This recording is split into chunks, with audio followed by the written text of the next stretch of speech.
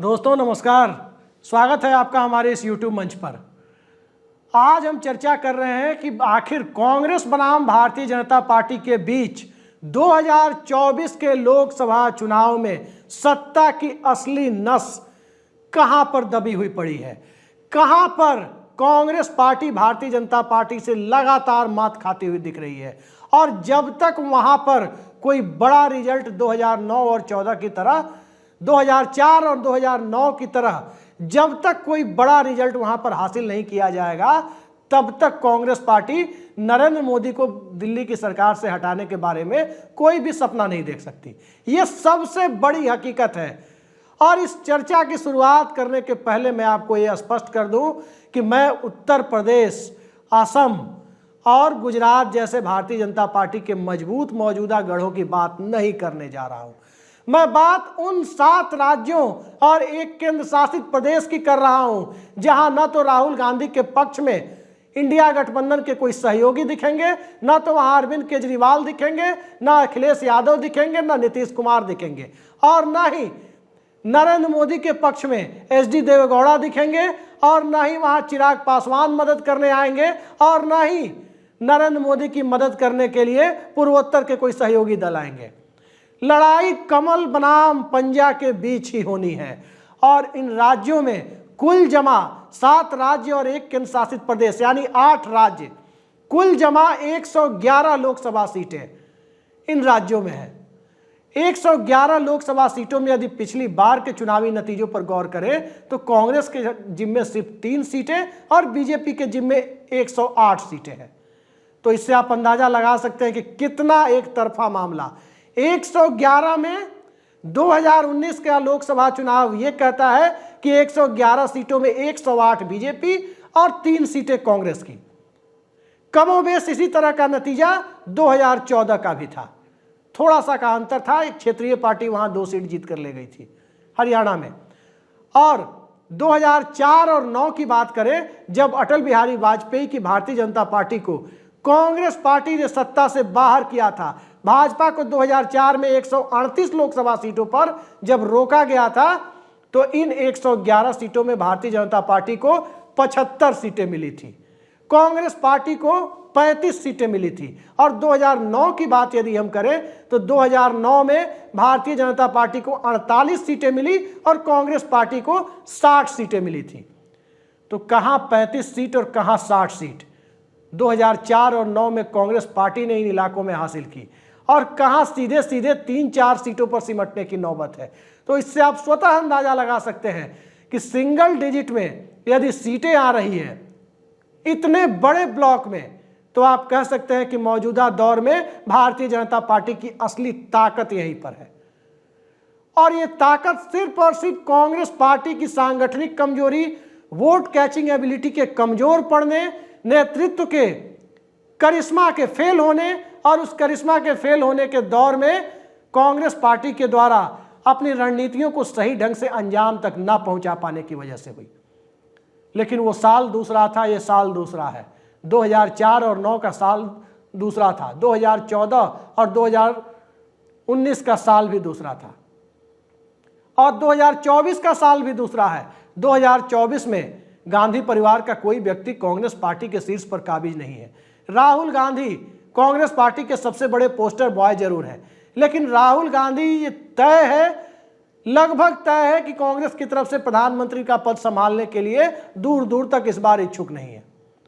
Congress party की तरफ से यदि कांग्रेस को अपना प्रधानमंत्री बनाने की नौबत आई तो बहुत संभावना इस बात की है कि दलित नेता और मौजूदा कांग्रेस अध्यक्ष मल्लिकार्जुन खड़गे ही कांग्रेस पार्टी के तरफ से देश के प्रधानमंत्री बनेंगे, यदि कांग्रेस पार्टी को सरकार बनाने लायक पर्याप्त संख्या में सीटें मिली तो।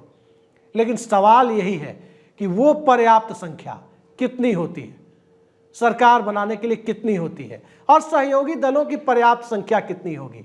लेकिन चूंकि आज की चर्चा हम इन 7 राज्य और एक केंद्र शासित प्रदेश की कुल 111 लोकसभा सीटों पर केंद्रित कर रहे हैं, तो यहां पर कांग्रेस के पास कोई सहयोगी दल नहीं है, भारतीय जनता पार्टी के पास कोई भी वैसा सहयोगी दल नहीं है, सिवाय एक छोटे से सहयोगी दल के लिए। वो कब तक सहयोगी बना रहेगा एक राज्य में, कहना मुश्किल है।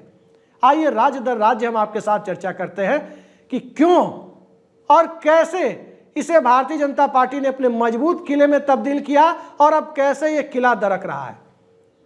शुरुआत गुजरात से ही करते हैं। नरेंद्र मोदी और अमित शाह के गृह राज्य 26-0 के स्ट्राइक रेट के साथ भारतीय जनता पार्टी 2 बार से लोकसभा चुनाव जीत रही है। 26 लोकसभा सीटें गुजरात में है और इन 26 लोकसभा सीटों की सभी 26 सीटें बीजेपी की। लेकिन 2004 और 9 की बात करें तो 4 में कांग्रेस पार्टी को यहां पर 12 सीटें मिली और भारतीय जनता पार्टी को 14 सीटें मिली। लेकिन 2009 में बीजेपी को 15 और कांग्रेस को 11 सीटें मिली। मध्य प्रदेश की तरफ चलें तो मध्य प्रदेश में 2004 में कांग्रेस पार्टी को केवल 4 सीटें मिली और भारतीय जनता पार्टी को 25 सीटें मिली। और 2009 की बात करें तो भारतीय जनता पार्टी वहां पर 25 से गिरकर 16 पर आ गई, कांग्रेस 4 से बढ़कर 12 पर पहुंच गई और बसपा ने भी एक सीट पर अपना खाता खोला था।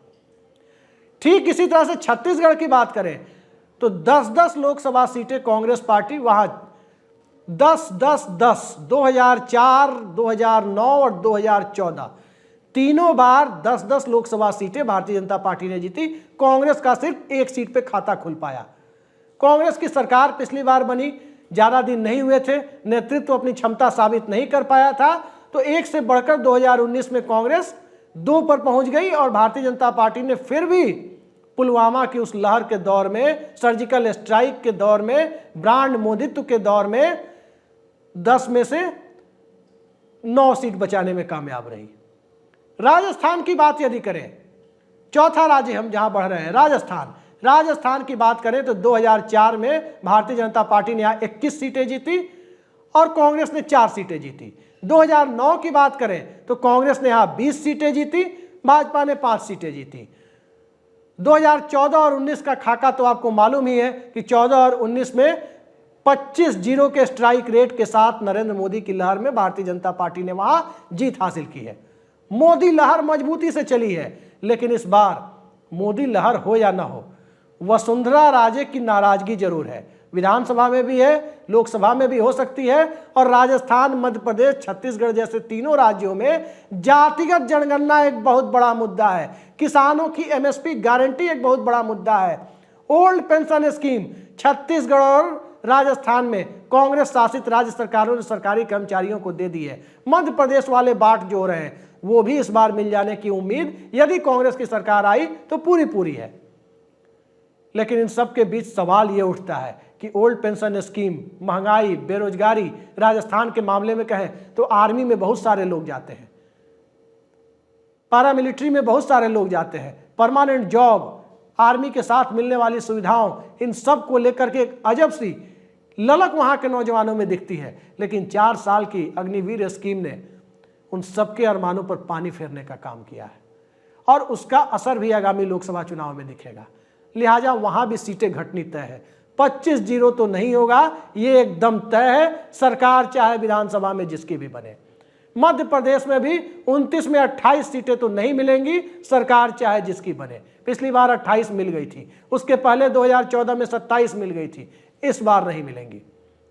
ठीक इसी तरह से हरियाणा की बात यदि करें तो यहां 10 लोकसभा सीटें हैं और 10 लोकसभा सीटों पर 2004 के आंकड़ों की बात करें, जब मनमोहन सिंह के नेतृत्व में सरकार बनी थी, 10 में 9 लोकसभा सीटें कांग्रेस ने जीती, 1 सीट बीजेपी ने जीती। 2009 की बात करें तो 2009 में 10 की 10 लोकसभा सीटें कांग्रेस ने जीती और 2014-19 की बात करें तो 2014 में मोदी महालहर, 10 में 7 सीटें बीजेपी की और 2019 में पुलवामा और सर्जिकल स्ट्राइक का असर, यहां से भी बड़ी संख्या में लोग आर्मी में है और यहां पर 10 की 10 लोकसभा सीटें बीजेपी की। अब हालात बदल चुके हैं, अब किसानों का आंदोलन हुआ, पहलवानों का मुद्दा है, खाप पंचायत, तमाम तरह से, हर तरह से देखें तो खाप पंचायत आज भारतीय जनता पार्टी के खिलाफ खड़े दिखाई देते हैं। जाटों का मुद्दा है, दलितों का मुद्दा है और इन सब के बीच नूह और मेवात की घटना के बावजूद लोग सांप्रदायिकता के रथ पे सवार होने के लिए अब भी तैयार नहीं है। ओल्ड पेंशन स्कीम यहां भी एक मुद्दा है, भर्तियां नहीं आना, महंगाई, बेरोजगारी यहां भी मुद्दा है। और इन सब के बीच यदि इसके पड़ोसी राज्य हरियाणा की राजधानी केंद्र शासित प्रदेश चंडीगढ़ की बात करें तो 4 और 9 में पवन बंसल यहाँ कांग्रेस के टिकट पर जीत कर आए और 14 और 19 में यह सीट भारतीय जनता पार्टी के पास आ गई। किरण खेर यहाँ से सांसद है, फिल्म अभिनेता अनुपम खेर की पत्नी। लेकिन अब किरण खेर अपनी सीट नहीं बचा पाएंगी, इसको लेकर कांग्रेस की कौन कहे। कैमरा और माइक हटाकर भाजपा के नेताओं से पूछा जाए, वो भी साफ साफ कह रहे हैं कि चंडीगढ़ का माहौल इस बार, देश के सबसे पढ़े लिखे शहर का माहौल इस बार कांग्रेस पार्टी के पक्ष में दिखाई दे रहा है। पड़ोसी राज्य हिमाचल प्रदेश की भी बात कर लें, 2004 में और 2009 में दोनों पार्टियों कांग्रेस और भाजपा के पक्ष में 3-1, 1-3 का से फैसला हुआ 4 लोकसभा सीटों का। और 2014 और 19 की बात करें तो 14 और 19 में चारों लोकसभा सीटें मोदी महालहर और सर्जिकल स्ट्राइक का असर, इस दौर में 4 की चारों लोकसभा सीटें बीजेपी की। ठीक इसी तरह इसके पड़ोसी राज्य में चले, उत्तराखंड में, जहां जोशी मठ में जमीन दरकने से लेकर तमाम तरह की घटनाएं सामने आई। भारतीय जनता पार्टी के उस इंफ्रास्ट्रक्चरल ग्रोथ जिसको कि ब्रांड नितिन गडकरी कहा जाता है, उस ब्रांड नितिन गडकरी को कहीं देखना हो तो उत्तराखंड जाकर आप देख सकते हैं। लेकिन उस ब्रांड नितिन गडकरी के दौर में क्या वाकई ब्रांड मोदी कमजोर पड़ा? और ब्रांड मोदी कमजोर पड़े या ना पड़े, क्या भारतीय जनता पार्टी अब उस स्थिति में है कि पांचों लोकसभा सीटें जो भारतीय जनता पार्टी ने 14 और 19 में उत्तराखंड में जीती, उस स्थिति में भारतीय जनता पार्टी अब है? स्वाभाविक है कि नहीं है। वहां भी ओल्ड पेंशन स्कीम मुद्दा है, वहां भी तेंदुओं का अटैक मुद्दा है, वहां भी पर्यावरण मुद्दा है, वहां भी जंगलों की कटाई मुद्दा है, वहां भी इंटरनल माइग्रेशन मुद्दा है, लोग पहाड़ से मैदान की तरफ, गांव के गांव खाली हो रहे हैं, ये सारी चीजें वहां मुद्दा है। और इन सब मुद्दों के बीच भारतीय जनता पार्टी का हिंदुत्व कितना मुद्दा बचा रह गया है, ये इसी पर निर्भर करेगा कि आने वाले समय में मोदीत्व और हिंदुत्व के बीच में भारतीय जनता पार्टी कौन सी लाइन लेती हुई दिखाई देती है। मोदीत्व की लाइन यदि भारतीय जनता पार्टी लेती उत्तराखंड में दिखाई देगी तो फिर बाबा केदारनाथ पीछे हो जाएंगे, बाबा बद्रीनाथ पीछे हो जाएंगे और जोशी मठ का मुद्दा ऊपर हो जाएगा। और हिंदुत्व की लाइन यदि लेती हुई दिखाई देती है तो कांग्रेस पार्टी को एक आध लोकसभा सीटों से संतोष करना पड़ सकता है। उस कांग्रेस पार्टी को जिसने 2004 में वहां पर कम से कम ठीक ठाक सीटें जीती, समाजवादी पार्टी को भी खाता खोलने का मौका मिला और 2009 में बीजेपी का सुपड़ा साफ कर दिया था, 5 सीटें कांग्रेस ने जीत ली थी। आज के हालात बदल चुके हैं। आज के हालात, राहुल गांधी अडानी के ऊपर जितने भी अटैक करें, इन 8 राज्यों में राहुल गांधी का अडानी पर अटैक करना एक सतही मुद्दा हो सकता है, थोड़ा फायदा उन्हें दिला सकता है, माहौल बनाने में मदद कर सकता है। इन 8 राज्यों में फोन टैपिंग का मामला हो, स्टेट स्पॉन्सर्ड अटैक का मामला हो, एप्पल के आईफोन की तरफ से अलर्ट भेजे जाने का मामला हो, यह भी एक सपोर्टिंग इशू हो सकता है। मूल मुद्दा कहीं ना कहीं ओबीसी चेतना, जहां जाति जनगणना की मांग है, इन सब के बीच हिमाचल के बागवानों का मुद्दा कि उनके सेब उचित कीमत पर मिले, हरियाणा के किसानों और पहलवानों का मुद्दा, अग्निवीर का मुद्दा, बेरोजगारी का मुद्दा, महंगाई का मुद्दा, न्यूनतम समर्थन मूल्य का मुद्दा, ये सारे बड़े मुद्दे हैं। आदिवासी चेतना का भी मुद्दा है। जाति जनगणना यदि ओबीसी के लिए मुद्दा है तो आदिवासी चेतना भी मुद्दा है। और ओल्ड पेंशन स्कीम तो खैर सबसे बड़ा मुद्दा है। तो इन सारे मुद्दों को एक साथ क्लब करके देखें तो एक बार फिर वही यक्ष प्रश्न खड़ा होता है कि क्या कांग्रेस पार्टी और कांग्रेस पार्टी का संगठन, कांग्रेस का शीर्ष नेतृत्व आम जनता को इस बात के लिए राजी कर पाएगा कि विधानसभाओं के नतीजे जो भी हो, लोकसभा के चुनाव के नतीजे अलग नहीं होने देंगे। लोकसभा चुनाव में कांग्रेस के पक्ष में लोगों को वोट डालने के लिए इन मुद्दों के साथ क्लब करके मानसिक तौर पर तैयार करने में बड़ी भूमिका कांग्रेसी निभा पाएंगे, यही सबसे बड़ा सवाल है। वरना जो कांग्रेस पार्टी इस इलाके में 2009 में इन 111 में 60 लोकसभा सीटें जीती, भारतीय जनता पार्टी को 48 पर रोक दिया, 2004 में 75 पर रोक दिया, 35 सीटें जीती, वो 3 और 5 लोकसभा सीटें जीतने पर यदि बाद के दौर में मजबूर हो गई तो कहीं ना कहीं एक कांग्रेस की कमजोरी थी। कहीं ना कहीं एक कांग्रेस के खिलाफ बने माहौल के साथ साथ कांग्रेस पार्टी की सांगठनिक क्षमता, नेतृत्व और कार्यकर्ताओं के बीच समन्वय का अभाव, जनता के मुद्दों से खुद दूर होते जाने और इन सब के साथ साथ 1990 के बाद की परिस्थितियों, जी हाँ, मंडल कमीशन के बाद की परिस्थितियों से तारतम्यता न बिठा पाने की कांग्रेस की सार्वजनिक कमजोरी को व्यक्त करता हुआ दिखाई देता था। इस बार राहुल गांधी फ्रंट पर है, अडानी पर अटैक कर रहे हैं, गरीबों में पैसा बांटने की बातें कर रहे हैं, Priyanka Gandhi old pension scheme की बहाली की बातें कर रही हैं। हिमाचल का चुनाव प्रियंका गांधी ने अपने बूते जिताया, काफी मेहनत की, कांग्रेस कार्यकर्ताओं के साथ वहां लगे रहकर मेहनत की, चुनाव का नतीजा उनके पक्ष में आया। हरियाणा में हुडा भी है तो प्रियंका गांधी और राहुल गांधी भी हैं, और दलित वोटों को जगाने के लिए समाज के भीतर नरेंद्र मोदी के उस नैरेटिव कि मैं पिछड़ी जाति का हूं, मैं नीची जाति का हूं, इस नैरेटिव को काउंटर करने के लिए और काउंटर नैरेटिव तैयार करने के लिए कांग्रेस पार्टी के लिए मल्लिकार्जुन खड़गे भी हैं। राजस्थान की परिस्थितियों में अशोक गहलोत और सचिन पायलट हैं, तो वसुंधरा राजे की बगावत के बाद भारतीय जनता पार्टी कितनी एकजुट है, इसका असली परीक्षा विधानसभा चुनाव में नहीं, विधानसभा चुनाव में थोड़ी बहुत देखने को मिलेगी, बल्कि असली परीक्षा लोकसभा चुनाव में देखने को मिलेगी कि 25-0 के स्ट्राइक रेट में कांग्रेस पार्टी कितना डेंट लगा पाती है बीजेपी में। मध्य प्रदेश में भी कमोबेश यही स्थिति है, मामा जीते या हारे, शिवराज सिंह चौहान की सियासी सेहत पर बहुत फर्क नहीं पड़ना। भाजपा जीत कर भी आती है, जिसकी संभावना कम जताई जा रही है, तब भी शिवराज सिंह चौहान को मुख्यमंत्री नहीं बनाया जाएगा, ये अब करीब करीब तय है। और भारतीय जनता पार्टी हार भी जाती है तो शिवराज सिंह चौहान के नाम के साथ पूर्व मुख्यमंत्री लगना है। लिहाजा शिवराज सिंह चौहान पे फर्क नहीं है, फर्क कमलनाथ और दिग्विजय सिंह के दिल्ली में राजनीतिक रसूख के ऊपर है। फर्क कांग्रेस पार्टी के अंदर आदिवासी बनाम वनवासी की बहस और पेशा कानून को लेकर राहुल गांधी ने जो भारत जोड़ो यात्रा के दरमियान माहौल बनाया था, उसको लेकर है। टीएस सिंहदेव और भूपेश बघेल के बीच किस हद तक गलतफहमियां कम हुई, दूरियां कम हुई, और कांग्रेस पार्टी किस प्रकार से अपने साथ दोनों को साथ लाने में कामयाब हुई है, यह विधानसभा से ज्यादा लोकसभा में देखा जाना है। विधानसभा का नतीजा 3 दिसंबर को आ जाएगा, लेकिन लोकसभा में क्या होगा, इसको लेकर तमाम सवाल है। रही बात गुजरात की, तो गुजरात में नरेंद्र मोदी के गृह राज्य में कम से कम 5-6 सीटें भी कांग्रेस पार्टी निकाल पाती है या नहीं निकाल पाती है, ये बड़ा सवाल है। 26-0 के स्ट्राइक रेट के साथ नरेंद्र मोदी ने जो सरकार बनाई, दिल्ली में अपने लिए अपने गृह राज्य से जो समर्थन जुटाया, क्या बनासकांठा, पाटन, अहमदाबाद शहर की एक सीट, सूरत में आम आदमी पार्टी के साथ प्रत्यक्ष या परोक्ष समझौते के साथ एक सीट, और कुछ ट्राइबल बेल्ट की सीटें, इन सब के ऊपर कांग्रेस पार्टी अपने नैरेटिव के साथ वोटर्स को जोड़ पाती है या नहीं, इन सब को एक साथ करके देखे तो कांग्रेस की चुनावी सफलता और असफलता की कहानी खुद ब खुद नजर आ जाएगी।